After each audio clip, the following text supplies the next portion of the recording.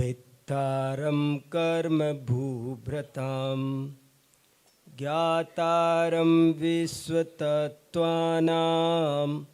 वन्दे तद्गुणलब्धये वन्दे तद्गुणलब्धये। जो मोक्ष मार्ग के नेता हैं, कर्म पर्वतों के भेदता हैं और सर्व तत्वों के ज्ञाता हैं, उन वीतराग सर्वज्ञ एवं हितोपदेशी जिनेंद्र भगवान को मैं उनके इन्हीं गुणों की प्राप्ति के लिए भक्तिपूर्वक प्रणाम करता हूँ। अभी मैंने जो ये मंगलाचरण का श्लोक बोला है, इसकी रचना आज से 2000 वर्ष पहले आचार्य उमा स्वामी महाराज ने तत्वार्थ सूत्र के मंगलाचरण के रूप में की है। और ये छोटा सा श्लोक अपने अंदर गागर में सागर समेटे हुए है। इसमें एक तरह से देखा जाए तो पूरा जैन दर्शन समाहित हो गया है। जैसे नमोकार मंत्र की हम महिमा गाते हैं, नमोकार मंत्र के समान ही अगर कोई दूसरा महान छंद है तो वो यही है। और जैसे नमोकार मंत्र के बारे में हम कहते हैं कि उसमें किसी व्यक्ति विशेष को नमस्कार नहीं है, उसमें किसी भी प्रकार की कोई याचना नहीं है, ठीक इसी प्रकार इस श्लोक में भी किसी व्यक्ति विशेष को नमस्कार नहीं है, गुणों को नमस्कार है। और किसी भी प्रकार की कोई तरह की कोई लौकिक याचना कामना इस मंत्र में भी नहीं है। इसलिए ये श्लोक कोई सामान्य श्लोक नहीं है, ये श्लोक कोई अजब गजब का श्लोक है। द्वादशांग का सार इस श्लोक में भरा हुआ है। इसका नित्य पाठ करना चाहिए, इसका नित्य स्मरण करना चाहिए और इस पर बहुत गहराई से चिंतन करना चाहिए।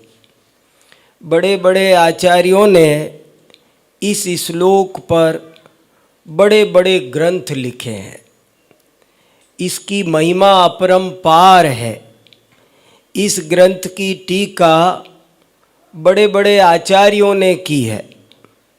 ऐसा कहते हैं कि आचार्य समंत भद्र स्वामी ने इस श्लोक की टीका 2 लाख श्लोकों में लिखी थी और उसका नाम गंधहस्ती महाभाष्य रखा था।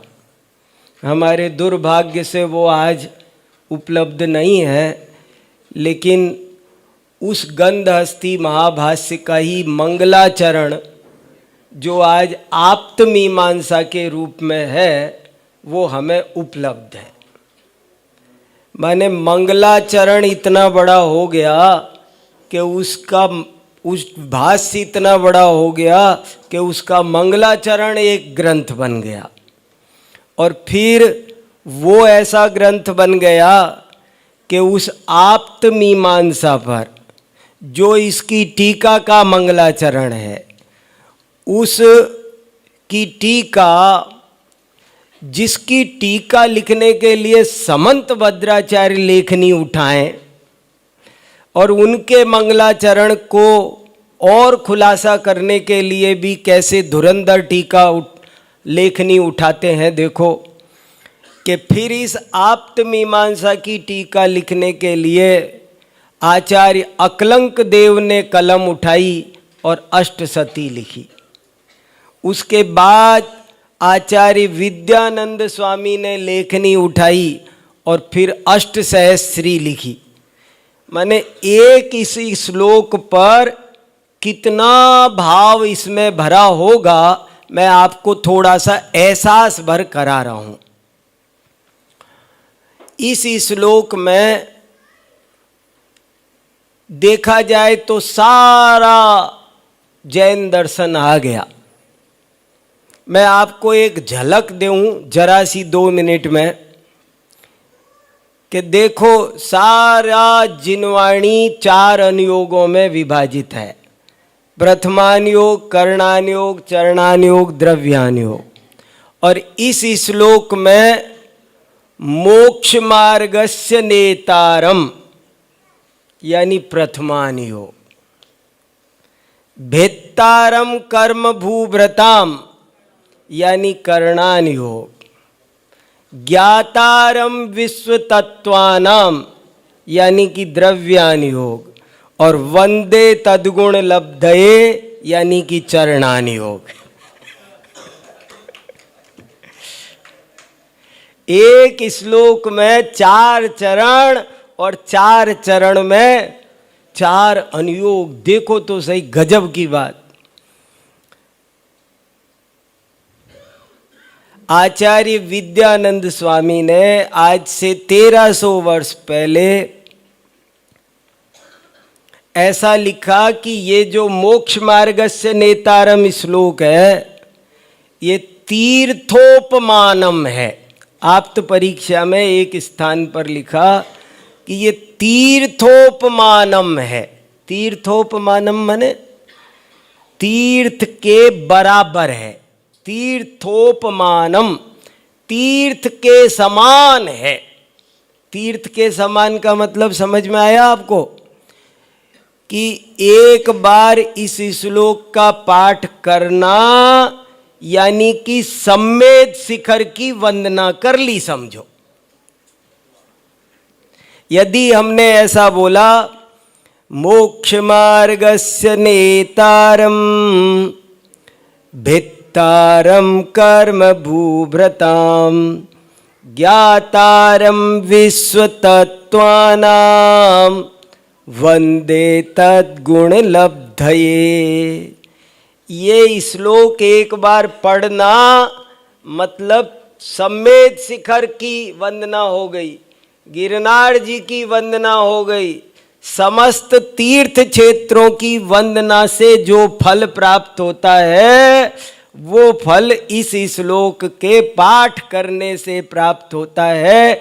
इसलिए आचार्य विद्यानंद स्वामी जैसे किसी ऐसे वैसे आदमी ने नहीं लिखी है ये बात।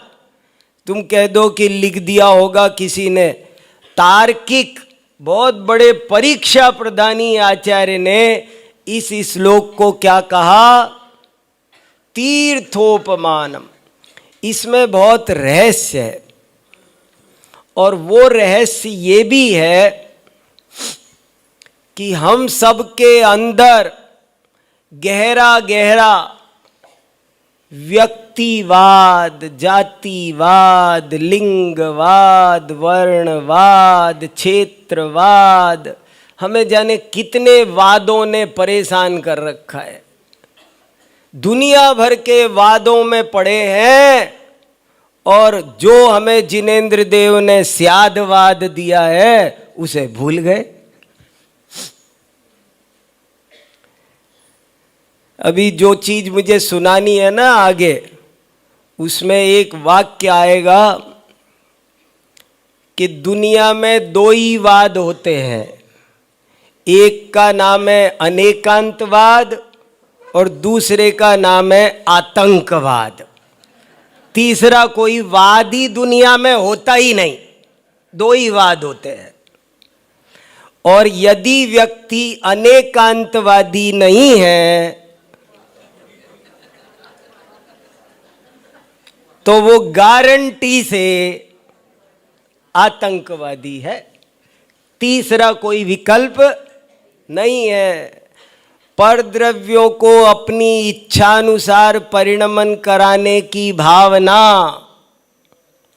इसी का नाम आतंकवाद है। महामोहातंक। मोह का ही नाम तो आतंकवाद है।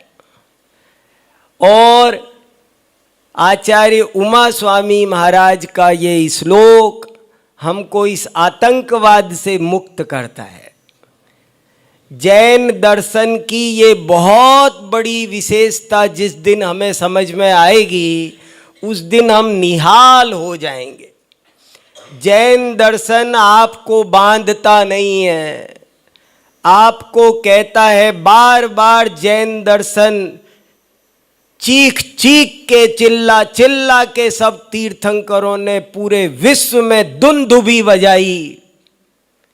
वत्थु सहाओ धम्मो, धर्म वस्तु के स्वभाव का नाम है।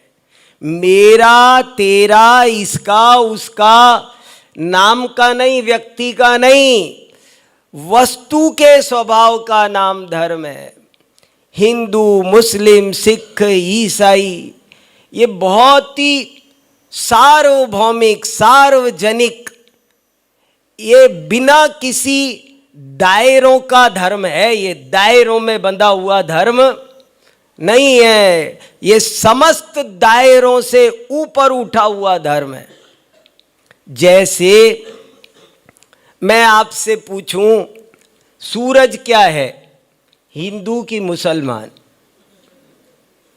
चंद्रमा क्या है? गंगा क्या है? गंगा नदी हिंदू है कि मुसलमान है? गंगा नदी के घाट पर शेर आओ चाहे गाय आओ, वो गाय को ये नहीं कहती कि वेलकम, शेर को ये नहीं बोलती कि गो आउट, दोनों को प्यार से पानी पिलाती है, दोनों की प्यास बुझाती है। ऐसे ही ये जिनवाणी माता सूरज ये भेदभाव नहीं करता कि ये मकान हिंदू का है, ये मुसलमान का है, ये गरीब का है, ये अमीर का है, ये पंडित जी का है। नहीं, वो बिना किसी भेदभाव के सब जगह से अंधेरा मिटाता है, सब जगह प्रकाश फैलाता है। ऐसे ही वस्तु का स्वभाव है। वस्तु का स्वभाव किसी पंथ दायरे में बंधा हुआ, ये तो वस्तु का स्वरूप है। ये कोई पंथ और संप्रदाय, जैन दर्शन तो जीवन जीने की कला का नाम जैन दर्शन है, ये किसी पंथ और संप्रदाय का नाम नहीं है। दुनिया के सारे दर्शन व्यक्ति पर, ग्रंथ पर टिके हैं।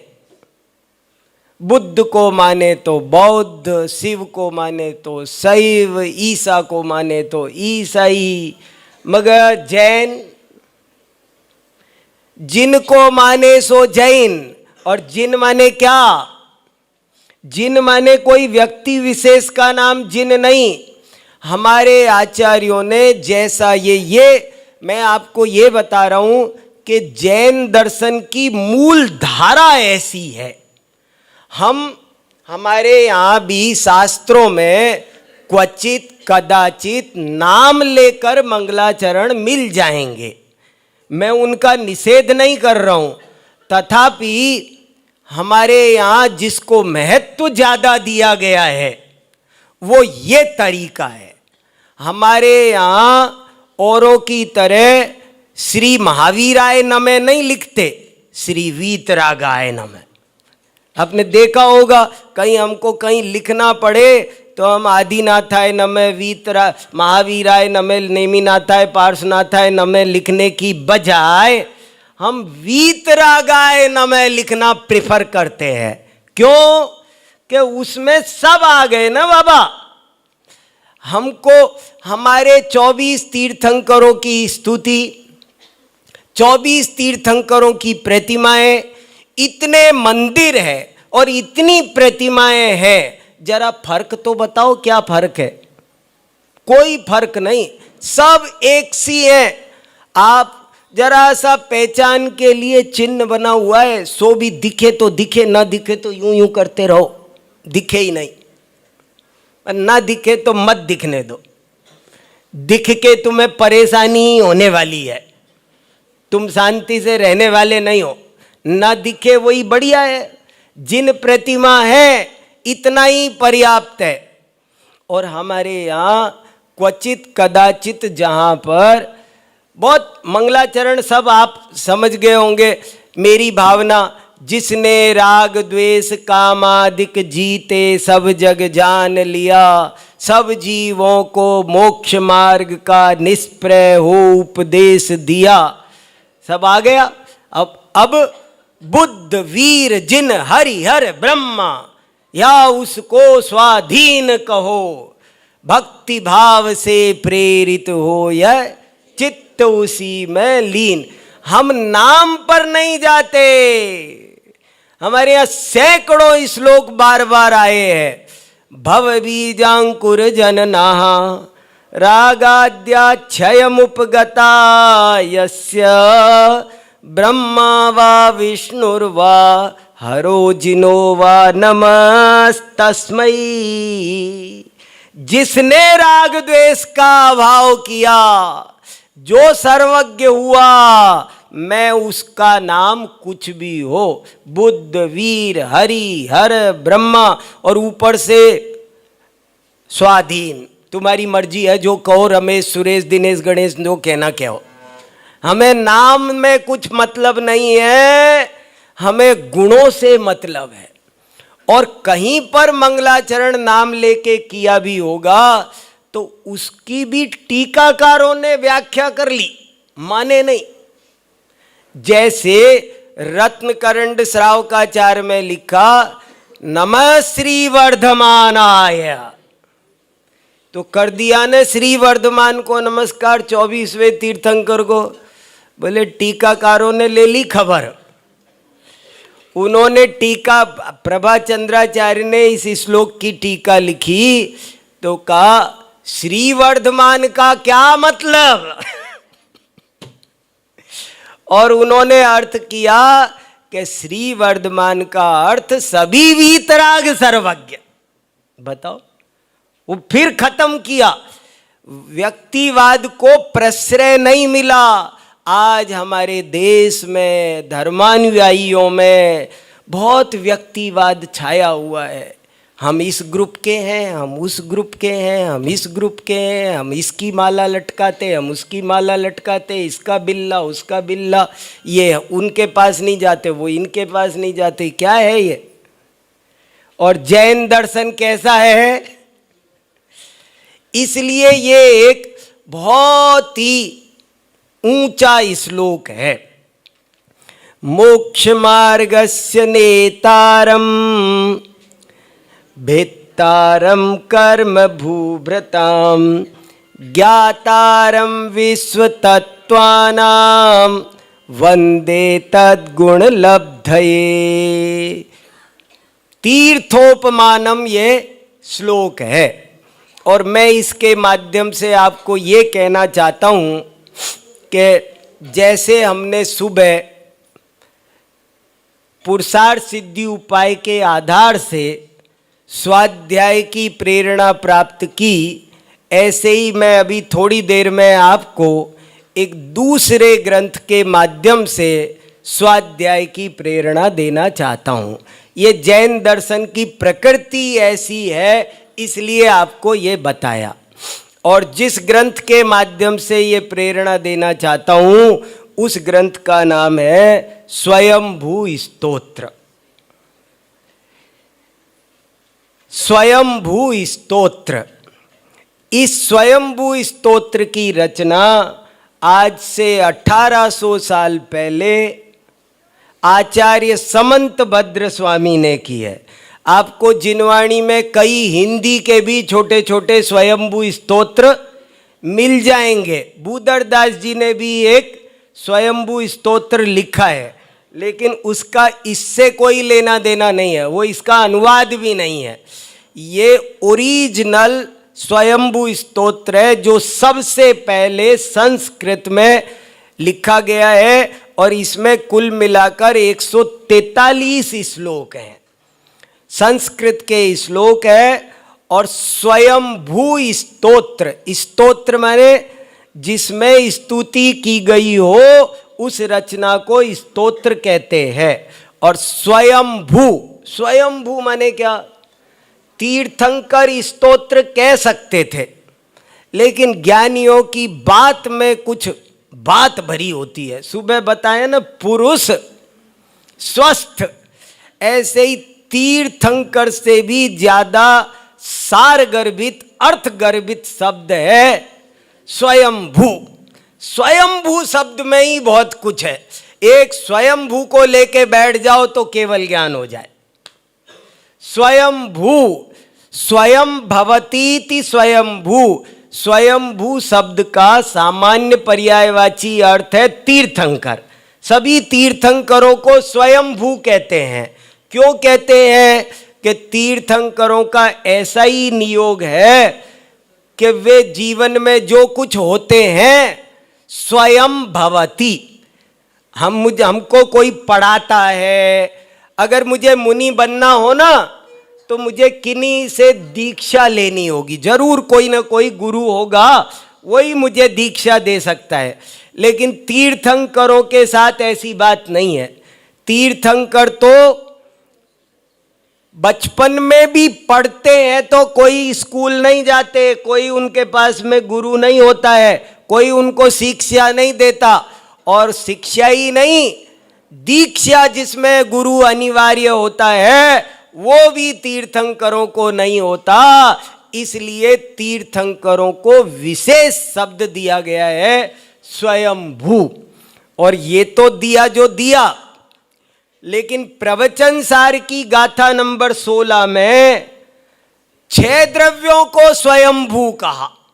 3 लोक में जितने भी पदार्थ हैं, षटकारक चक्र प्रक्रिया से उत्तीर्ण होने के कारण सभी पदार्थ स्वयंभू है। मैं भी स्वयंभू, आप भी स्वयंभू। सब जैसे हेमिंद्र होते हैं ना ऊपर, ऐसे ही 3 लोक के सभी पदार्थ अपने कर्ता, अपने कर्म, अपने करण, अपने सब कुछ अपने स्वयं है। इसलिए उनको कहा स्वयंभू। कितना प्यारा शब्द है। 3 लोक का कण कण, एक पुद्गल परमाणु भी स्वयंभू है। इसलिए यहां तीर्थंकर शब्द से भी ज्यादा सार गर्भित शब्द मिला समंत भद्राचार्य को, स्वयंभू। जैसे तंदुरुस्त नहीं, स्वस्थ, आदमी नहीं, पुरुष, ऐसे ही तीर्थंकर स्तोत्र नाम हो सकता था इसका। लेकिन उन्होंने कहा कि तुम्हें कुछ खास बताना है भैया। तीर्थंकर तो सब सुना ही शब्द है, शब्द भी घिस जाते हैं सुनते सुनते, असर कम कर देते हैं। दवाइयां खाते खाते ना असर कम कर देती है। तीर्थंकर शब्द कोई छोटा नहीं, मगर हम सुन सुन करके पक गए। हम इधर सुनते इधर निकल जाती है। तो उन्होंने कहा नया शब्द चुन के लाए ताकि हमारा कंसंट्रेशन हो उस पर। तो शब्द चुना स्वयंभू स्तोत्र। और ये स्वयंभू स्तोत्र जैन धर्म की स्तुति परंपरा का आद्य ग्रंथ माना जाता है। आद्य, आद्य माने सबसे पहला ग्रंथ। शास्त्रों का लेखन तो प्रारंभ हो गया था, लेकिन अभी सिद्धांत ही लिखे जा रहे थे। षटखंडागम लिखा गया, कसाय पाउड लिखा गया, समय सार, प्रवचन सार आदि लिखे गए। लेकिन वंदे तद्गुण लब्धये का क्या भाव है वो अभी नहीं लिखा गया। जैन दर्शन में स्तुति का क्या स्वरूप होना चाहिए, इसके लिए समंत भद्र महाराज ने पहली बार कलम चलाई और ग्रंथ लिखा स्वयंभू स्तोत्र। और धर्म दर्शनों में तो भगवान का स्वरूप कुछ इस टाइप का है कि वहां स्तुति की व्यवस्था आसानी से समझ में आ जाती है। मगर जैन दर्शन में भगवान का जो स्वरूप है, उसमें स्तुति पूजा का क्या स्वरूप बनता है, कैसे बनता है, इसके लिए उन्होंने अनेक ग्रंथों की रचना की। एक स्तुति विद्या भी है, वो भी स्तुति का ही ग्रंथ है। और सही पूछो तो आप्त मीमांसा है, वो भी स्तुति ग्रंथ ही है। देवागम स्तोत्र उसका भी नाम है। और एक युक्त्यनुशासन समंत भद्राचार्य ने लिखा है। युक्त्यनुशासन, युक्त्यनुशासन माने जिन शासन। युक्त्यनुशासन शब्द का अर्थ है ऐसा शासन जिस पर युक्ति का अनुशासन हो, वो युक्त्यनुशासन। युक्त्यनुशासन शब्द का मीनिंग है जिन शासन। तो वो भी वास्तव में स्तुति का ही ग्रंथ है। पहली बार समंत भद्र जैसे महान आचार्य ने स्तुति किसे कहते हैं, स्तोता क्या है, स्तुत्य क्या है, स्तुति का पूरा विधि विधान क्या है, ये सब इस ग्रंथ में 143 छंदों में खुलासा किया है। और बहुत ही बढ़िया पढ़ने लायक, स्वाध्याय करने लायक ग्रंथ है। अपने यहाँ से जो बड़े व्रत जिनवाणी संग्रह वगैरह छपे हैं उन सब में ये हिंदी पद्यानुवाद सहित छपा है।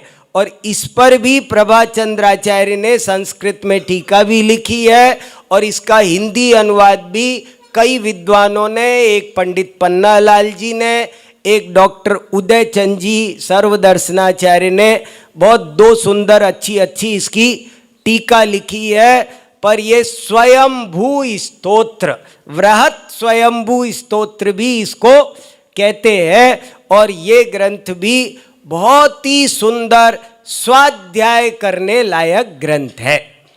इसमें क्या कहा गया है उसकी एक झलक थोड़ी आपको दिखाने की कोशिश करता हूं कि कैसे स्तुति की जाती है।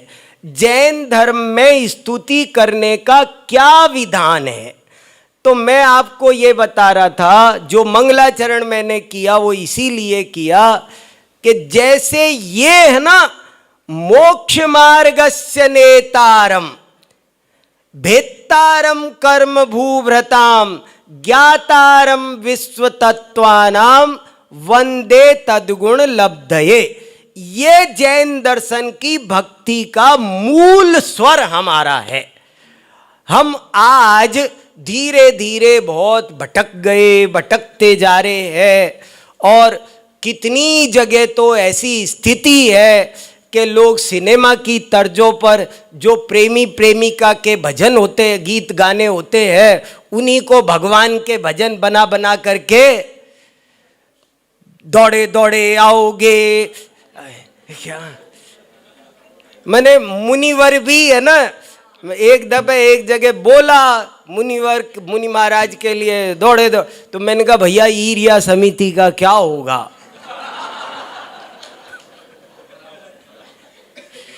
तो कोई कुछ भी बोले चले जा रहा है। तत्व ज्ञान के विरुद्ध घोर कर्तावाद भर रहे हैं और बहुत वस्तु व्यवस्था के खिलाफ मंदिर में पूजा के नाम पर, भक्ति स्तुति के नाम पर बोल रहे हैं। हम सब सजग हों और अपनी मूल धारा में लौटें। ये लिखा है ना बहुत अच्छा वाक्य, गलत रास्ते पर कितने भी आगे चले गए हों, वहां से लौट आना चलते रहने से बेहतर है। क्या नहीं, मैंने तेरे ही भरोसे पारसनाथ भंवर में नैया डार दई। क्या क्या क्या क्या भक्ति स्तुति के नाम पर हमने कैसी बुरी हालत कर रखी है। वो सब तब होश आएगा जब एक बार स्वयंभू स्तोत्र पढ़ोगे, उसका हिंदी अनुवाद पढ़ोगे, तो पता चलेगा स्तुति का क्या स्वरूप है। समंत भद्राचार्य ने 143 श्लोक लिखे हैं, वो आप भगवान के सामने पढ़ो, स्तुति है वो सारी की सारी। वो संस्कृत में न पढ़े जाएं तो उनका हिंदी पद्यानुवाद मौजूद है, वो पढ़ो। लेकिन वो पढ़ो तो आपको पता चलेगा स्तुति कैसे की जाती है। देखो उस स्तोत्र की कैसी प्रकृति है, क्या करता है वो स्तोत्र, कैसे स्तुति करता है। उस स्तोत्र में सारे 143 छंदों में कहीं पर भी ये नहीं लिखा आपको पता भी नहीं चलेगा कि ये कौन से भगवान की स्तुति चल रही है। 24 हर एक में 5-5 7-7 छंद है और आप पढ़ते चले जाओ तो आपको पता भी नहीं चलेगा ऋषभ देव की चल रही है कि अजित नाथ की क्योंकि सब एक सी स्तुति है, सब में कॉमन बातें हैं। और जरा इतनी सी बात, मुझे प्रवचन सार की गाथा 80 बहुत अच्छी लगती है, बहुत मार्मिक गाथा है। जो जान दी अरिहंतम दवत गुण तपजयतेहिम सो जान दी अपाणम मोखलु जादितसलयम। जो अरिहंत को द्रव्य गुण पर्याय से, इसको थोड़ा अंडरलाइन करो पूरे वाक्य में, ये यहां है पूरा बल, वजन इस पर है। जो अरिहंत को द्रव्य गुण पर्याय से जानता है वो अपनी आत्मा को जानता है और उसका मोह क्षय होता है। किससे जानता है, बस सारा दारो मदार इस पे है। मैं कहूं आप बाहुबली भगवान को जानते हो, बोले हाँ जानते, वही ना बेल वाले, तो तुमने किससे जाना? बेल से जाना। अरे बेल से मत जानो, द्रव्य गुण पर्याय से जानो। मैंने कहा तुम जानते हो पारसनाथ भगवान को? बोले वही फण वाले, तो तुमने फण से जाना। मैंने कहा जानते हो महावीर भगवान को? बोले वही सिद्धार्थ के लाला, त्रिशला के लाला, तो तुमने माँ बाप से जाना। नहीं, उसका मोह क्षय नहीं होगा जो मम्मी पापा से, बेलों से इतनी बढ़िया मूर्ति 5-5 किलो के तो कहानी होंगे अकेले, इतना बढ़िया पत्थर है, इतने ये नहीं लगी वो नहीं लगी। क्या पत्थर देखते हो? तुमको पत्थर दिखाई दे रहा है? अरे तुम्हें बाहुबली में आत्म बलि दिख जाए, ज्ञान बलि दिख जाए, ध्यान बलि दिख जाए तो बाहुबली के दर्शन है। जो अरिहंत भगवान को द्रव्य गुण पर्याय, ये द्रव्य गुण पर्याय से पर बहुत जोर है, अगर द्रव्य गुण पर्याय से जानोगे तो मोह क्षय होगा। तो पूरे के पूरे छंदों में, पूरे ग्रंथ में आप पढ़ते चले जाओ तो ऐसी स्तुति है। देखो कैसी स्तुति है, मैं आपको 2-4 छंदों का हिंदी अर्थ बोल के सुनाता हूं। हे जिनेंद्र भगवान, आपने हमको ये समझाया कि प्रत्येक वस्तु द्रव्य अपेक्षा नित्य है और पर्याय अपेक्षा अनित्य है, इस कारण मैं आपको भक्ति पूर्वक प्रणाम करता हूं। हो गया एक श्लोक। सारे 143 श्लोक सब के सब ऐसे ही है।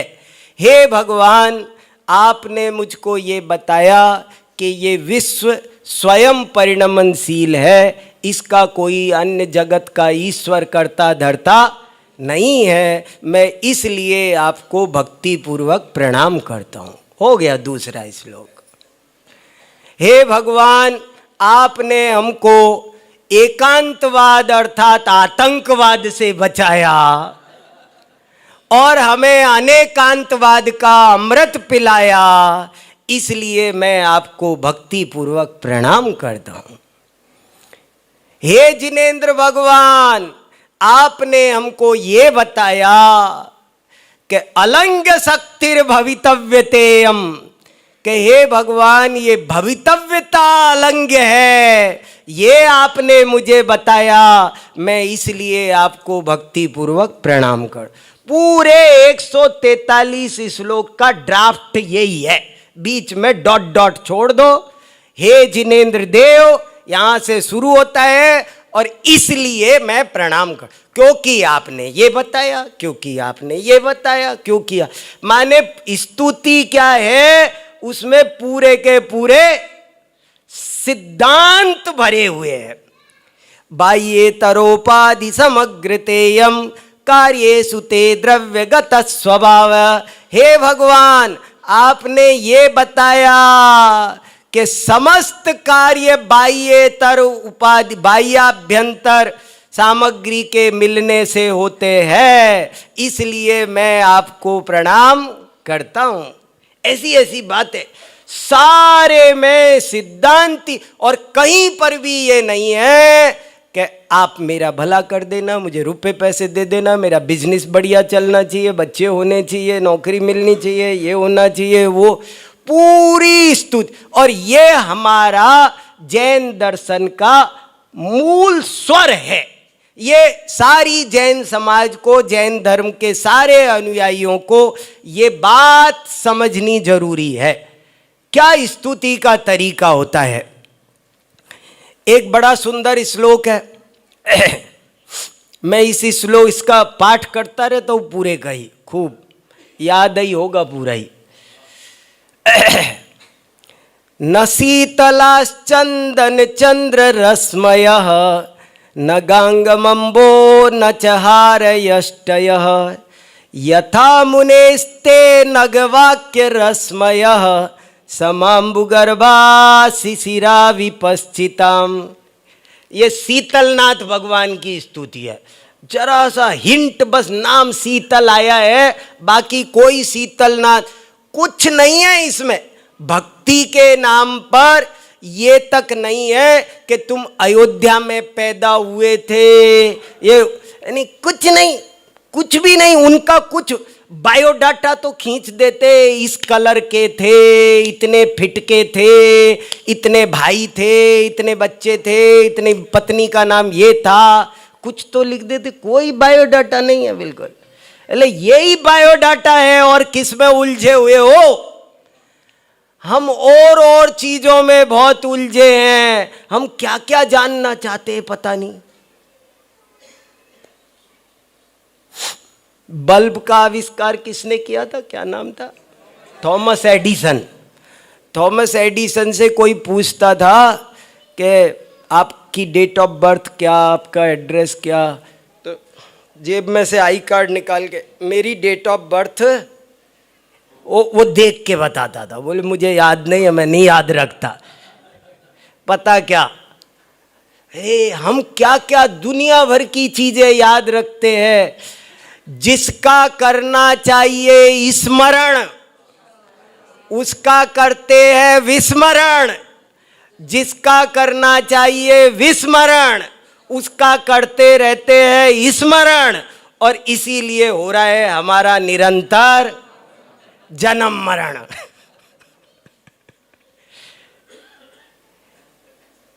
कहां ध्यान देना चाहिए? पूरे स्तोत्र में देखो उन्होंने कहां ही ध्यान दिया। पूरे स्तोत्र में 24 तीर्थंकरों की स्तुति हो गई, मगर इधर उधर ध्यान नहीं दिया, मूल मुद्दे पे ध्यान दिया। तो इस श्लोक सुना रहा था मैं आपको शीतलनाथ भगवान की स्तुति में से। उसमें लिखा न शीतलाश्चंदन चंद्र रश्मयः न गांगमंबो न चहारयष्टयः यथा मुनेस्ते नघवाक्य रश्मयः समाम्बुगर्भा शिशिरा विपश्चिताम। क्या अमृत श्लोक है, अद्भुत है। हे जिनेंद्र भगवान, आपने मुझको ये बताया, सबकी एक ही स्टाइल है। हे जिनेंद्र भगवान, आपने मुझको ये बताया कि इस विश्व में ना चंदन शीतल है, ना चंद्रमा शीतल है, न गंगा जल शीतल है, न वृक्ष की छाया शीतल है, न कोई मोतियों के हार शीतल है। अगर वास्तव में शीतल इस दुनिया में कोई चीज है तो वो एकमात्र ये जिनवाणी है, स्वाध्याय है। मैं कभी बड़ी पंच कल्याणक की जनरल पब्लिक होती है ना, तो वहाँ थोड़ा एक कहानी बना के सुनाता हूँ, इसकी रूपक बना के सुनाता हूँ इस श्लोक को। वो पब्लिक हो न, सब तरह के लोग, तो सबको समझ में आ जाए। तो मैं ऐसे सुनाता हूँ कि एक बार वन में आचार्य समंत भद्र पेड़ के नीचे बैठे थे और अनेक भक्तों ने उनको घेर रखा था। तभी आचार्य समंत भद्र स्वामी ने भक्तों से प्रश्न पूछा कि बताओ इस दुनिया में सबसे शीतल वस्तु क्या है। तो एक पंडित जी बैठे थे, वो कहने लगे महाराज मैं रोज सुबह गंगा में डुबकी लगाता हूं, सारे दिन ठंडक बनी रहती है। मेरी नजर में तो गंगा जल सबसे ज्यादा शीतल है। एक किसान बैठा था, वो कहने लगा कि महाराज मैं तो दोपहर में छाछ रोटी खाकर इस वट वृक्ष की छाया के नीचे सो जाता हूं, खर्राटे आते हैं। इससे ज्यादा शीतल मेरी निगाह में विश्व में कोई नहीं है। एक चंदन का व्यापारी बैठा था, वो कहने लगा महाराज ये लोग क्या जाने, आप भी किन से पूछ रहे हो, लोअर क्लास। अरे मैं चंदन का व्यापारी हूं महाराज। दुनिया में सबसे शीतल कोई होता है तो चंदन होता है महाराज, वो सबसे शीतल होता है। राजा भी बैठा था, बैठेगा ही, राजा तो राजा है और मुनिराज महाराजा है। तो राजा भी बैठा था। तो राजा बोला कि महाराज मेरे जितना टेंशन दुनिया में किसी को नहीं होगा। ले राजकाज का टेंशन संभालना मामूली बात है क्या, हर एक के बस का नहीं है महाराज। लेकिन वो राजकाज का टेंशन भी जब मैं अपने महल में ऊपर 7 खंड पे रात को चंद्रमा की चांदनी में जाके बैठता हूं ना महाराज, तो आ हा क्या शीतलता मिलती है। कुदरती शीतल है, चांदनी से बढ़िया शीतल कोई नहीं है। मेरे हिसाब से तो फर्स्ट प्राइज चांदनी को दे दो आप, चांदनी सबसे शीतल है, घोषित कर दो। रानी भी बैठी थी। रानी कहने लगी महाराज पुरुषों ही पुरुषों से पूछोगे या हम महिलाओं का भी नंबर आएगा उत्तर देने का? विधानसभा में भी 33%। तो बोले आप बताओ। तो रानी बोली कि गुरुदेव एक बसेरे के मोती का हार होता है, पहनते ही जुकाम हो जाए, इतना ठंडा होता है। तो मेरे हिसाब से सबसे शीतल दुनिया में वस्तु उसको मानना चाहिए। आप कल्पना करो कि आप भी उस सभा में बैठे होते, सोचो हम और आप भी उस सभा में बैठे होते, तो हम में से हो सकता है कोई ऐसा कहता कि महाराज कोका कोला, हमने उसका नाम ही कोल्ड ड्रिंक रखा है। हो सकता है कोई कहता कि महाराज वो हिताची वाला एसी, कोई क्या कहता, कोई क्या कहता, मेरा मतलब। तभी वहां पर एक छुल्लक महाराज जी बैठे थे और वो छुल्लक महाराज जी कहने लगा गुरुदेव आज्ञा हो तो मैं भी कुछ निवेदन करना चाहता हूं। बोले बोलो। तो छुल्लक जी ने कहा, अब ये सुनो ध्यान देने की बात। छुल्लक जी ने कहा कि गुरुदेव इन सब लोगों ने जो जो चीजें बताई हैं वे सब क्वचित कदाचित कथनचित शरीर को शीतलता देने वाली तो कही जा सकती हैं, पर इस विश्व में आत्मा को शीतलता देने वाली कोई चीज है तो वो एक ही है, जिनवाणी जिनवाणी जिनवाणी। क्या है बताओ, सोचो। नहीं जरा कल्पना करो कि मैं चंदन का तेल भी लगा लूं, चांदनी भी हो, डनलप का गद्दा भी हो, एसी भी लगा लूं और अंदर में कसाई की अग्नि धधक रही हो, तो सारी रात करवट बदलते बीतेगी। सारी रात करवट बदल, ये चीजें कुछ शीतलता पहुंचाने वाली नहीं है। और यदि अंतरंग में जिनवाणी हो तो सिर पर सिगड़ी जलती हो, पर अंदर में शीतलता का झरना झरता है। असली शीतलता जिनवाणी से मिलती है, स्वाध्याय से मिलती है। पंडित टोडरमल जी साहब ने तो स्वाध्याय से तत्काल ही कितने लाभ होते हैं ऐसा लिखा है, आपको सबको पता है। तो इसलिए मैं बहुत अधिक न कहकर यही कहना चाहता हूँ कि देखो भैया, ज्ञान समानन आन जगत में सुख को कारण, ये परमामृत जन्म जरा मृत। एक बड़ा सुंदर श्लोक है, चंदनम शीतलम लोके चंदनादपि चंद्रमः, चंद्र चंदन द्वयोर मध्य शीतला साधु संगति। तो इसलिए भैया स्वाध्याय करो, स्वाध्याय करो, स्वाध्याय परमम तपः। मैं तो बार बार सोच रहा हूँ आपको क्या सुनाऊं। कभी सोचता हूँ ये सुना दूं, कभी सोचता हूँ ये सुना दूं। फिर मैंने तो निर्णय लिया है कि एक सुनाऊंगा, दूसरी रह जाएगी, 1 2 4 बात सुनो। मैंने सोचा मैं तो आपको स्वाध्याय करो कह देता हूँ, आपको अपने ही आप सब बात मिल जाएगी। हम सब स्वाध्याय की प्रेरणा प्राप्त करें, इसी भावना के साथ में चलो।